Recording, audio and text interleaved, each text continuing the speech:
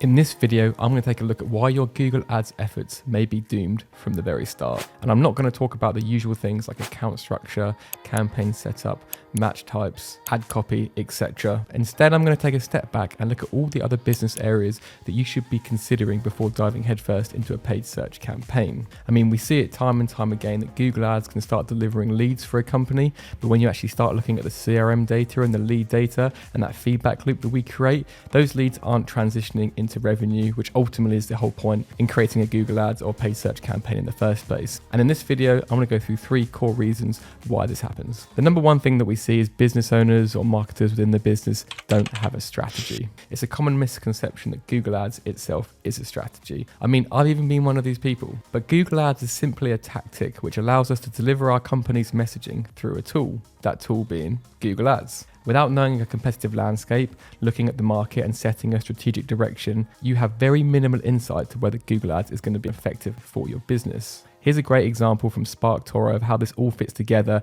and an example of a company who may have initially gone straight into Google Ads, but after reviewing their strategy from audience and market insights, decided that maybe Google Ads wasn't the best play to put all their money into, scaled back spend and went in a slightly different direction. So let's jump into it. As we can see down here, there's 4 main areas on the left-hand side. First off is market and audience research. You then have strategy, you then have tactics, and then you have goals. And I'll go into goals a little bit later. But as we can see down here, Qualtrics, which I believe is a experience management platform, found the SME market they were going after for this product offering was being too easily served by other companies. So they used that market audience research and the competitive benchmarking and all that good stuff that you do before setting out your strategy to actually go and inform their strategy behind it. So instead of using Google Ads as their primary channel, they decided to build out a content strategy using their unique data insights. This then led them onto the tactics, which redirecting PPC spend away from generic survey phases on Google Ads, and then instead using it for LinkedIn ads to target these large enterprise customers through there and trying to get these brands to come straight to them directly versus going through search. This is a great example of a company who could have gone straight into Google Ads without knowing the lay of the land and thrown a lot of money at it, and they weren't quite sure exactly how it was going to stick. Instead, they did the research, they spoke to their customers, they pivoted their target audience persona, and then they created a strategy off the back of what they had found from that. They then looked at what their competitive advantage was, they had all these unique insights, and they decided to amplify that to their target audience market using LinkedIn ads versus trying to create a demand capture strategy through Google Ads instead. So they're looking to create demand using their content flywheel versus capture demand through Google Ads. They never would have known those would have been the best tactics to roll out without first doing their research and then creating a strategy off that research. A few other areas that we see this quite commonly is when new players, which are typically privately funded or maybe smaller than most of the players in the industry, come into a heavily saturated market. Now, for example, you can go onto your audience report if you're running ads, and if you look at your top main 4 competitors and they're all, got hundreds of millions of pounds worth of funding and you guys have $2,000 a month to spend on Google Ads, it's probably not going to be one of your most successful acquisitions channels because they have a lot more budget to throw at it than you do. And the way that Google works is it's market led. So you're only going to pay as much as everyone's willing to pay. Now, in a lot of B2B and lead generation industries, it means that more you're paying for a CPC, the higher the intent. But if someone's got loads and loads of funding and they've actually got a bit of a surplus that they need to spend before the end of the year, they're probably going to be overpaying for these, which means it's not going to be profitable for them and it's not going to be profitable for everyone else who are actually bidding on the same keywords as them. That said, I did create a LinkedIn post the other day around how small brands can compete with the large monopolies or oligopolies out there. But ultimately, if you do your research and work out if this, a tactic as Google Ads is going to help you reach your objective. The other example would be companies looking to run Google Ads, but they're brand new to world or they're in an emerging market.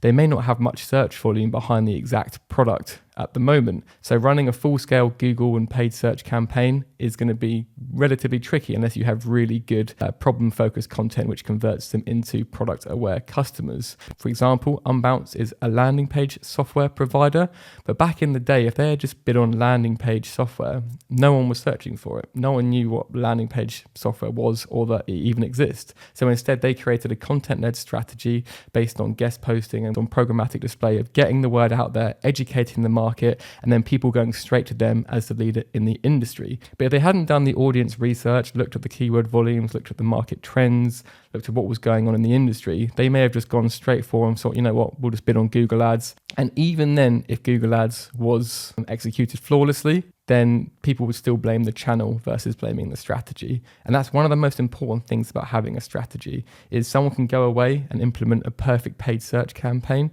but then if it's not hitting your objectives or it's not actually, generating momentum, then people blame the channel, they don't blame the strategy, and they keep doing very similar things without doing the proper research. So I don't think necessarily any of these companies need to write off Google Ads. They need to work out in which order they should prioritize it and how it then fits in as an omni-channel approach to the wider marketing landscape. I'll whack a link to that LinkedIn post in the comments in case you guys are competing against well-funded people or big competitors in your market and how you can get around that. The second biggest issue we see with generating Google Ads leads into customers is that your offer doesn't stack up against its competitors.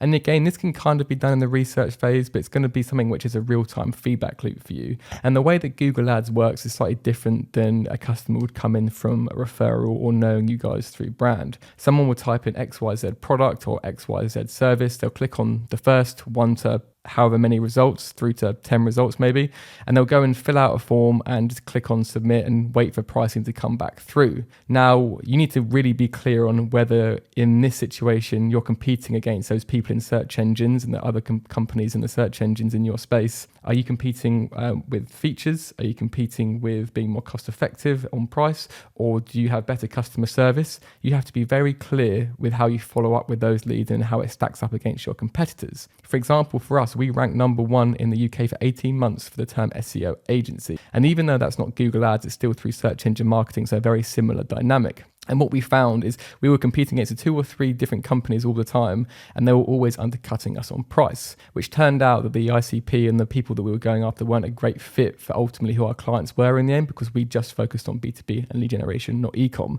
and we weren't focused on commodity pricing and stacking it high, for example. So we actually went and pivoted to different keywords and different offers, which actually repelled a lot of this traffic that was coming through. But it just goes to show how important your offering is when it comes to search engine marketing, because ultimately a lot of these people are going to be brand agnostic because they found you through generic searches, not through brand searches, for example. So you need to make sure that your offer is really well thought out and that it actually aligns with what your industry is looking and the type of people who are coming through search. Because otherwise what you'll find and what we've seen is people will start generating lots of leads through Google Ads. It will look great in the dashboard, but when you actually go and look at their sales data, not a lot of these leads are converting into sales. And it's either going to be one of 2 issues. One is the ad campaign isn't being created that well and you're getting a lot of irrelevant, unqualified leads, which is one problem. But the second problem which we see is that people are following up and the offer they've got isn't great. For example, if you have 2 tech products and one person's offering a monthly subscription for exactly the same product, but the next person's offering a 10-year sign up, no break clause for a very similar product, guess which one they're probably going to go with. So again, it all comes back down to that research and strategy phase and how you're going to then plug your offering into what channel it is that you are looking to win and acquire new customers. And the final one that we see is objectives. Now, this is an interesting one because we've seen it go both ways. We normally have people who sit on the fence with, I haven't got an objective for this marketing campaign through Google Ads. I just want more leads. And the problem with that is there'll never be enough leads that person wants, because you could be hitting 100 leads a month, previously up from 10, but if they haven't got the objective tied back to revenue or qualified lead numbers, then they're always going to be like, okay, can we push this further? Let's increase the budget. Let's, try and get a better cost per lead. And it's this never ending sort of process of trying to get more and more, where the reality is with Google Ads and paid search as a platform and a channel is there's always going to be a ceiling of how much you can bid at the same profitability, looking at impression share and all of that stuff.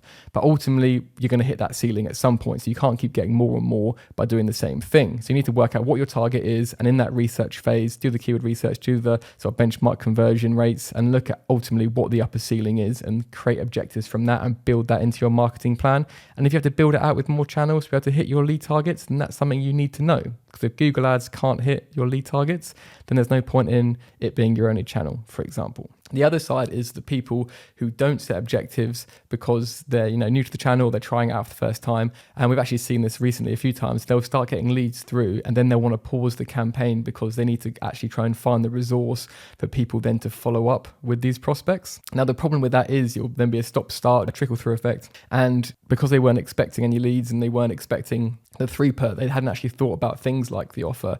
They hadn't actually thought about the process they could put them through. And it's sort of quite new, and it's a relatively new process and world for them. We've seen this even with big companies. It's not just sort of small companies getting started, for example. We've seen it with big companies who haven't got that CRM and follow-up process in the background. So even though these leads are coming through, they're not being followed up with properly, they're not being nurtured properly, and they then don't have the sort of other elements with the offer and sort of like competing in that landscape. So it's really clear to make sure you have set objectives. So one, you can either make sure you're not pushing it too hard and it becoming sort of diminishing returns. And secondly, you want to make sure that if you are investing the money into Google Ads, you have the back end and the training sorted to be able to make sure that people are actually following up and closing these deals. If you have any comments, please whack them below. Because you've watched all the way to the end of this video, I assume you quite like Google Ads for B2B. And what we've done here in this video is created a really cool growth hacking video around how Tide were really creative and clever in actually acquiring new business customers for their business bank without actually bidding on the term business bank,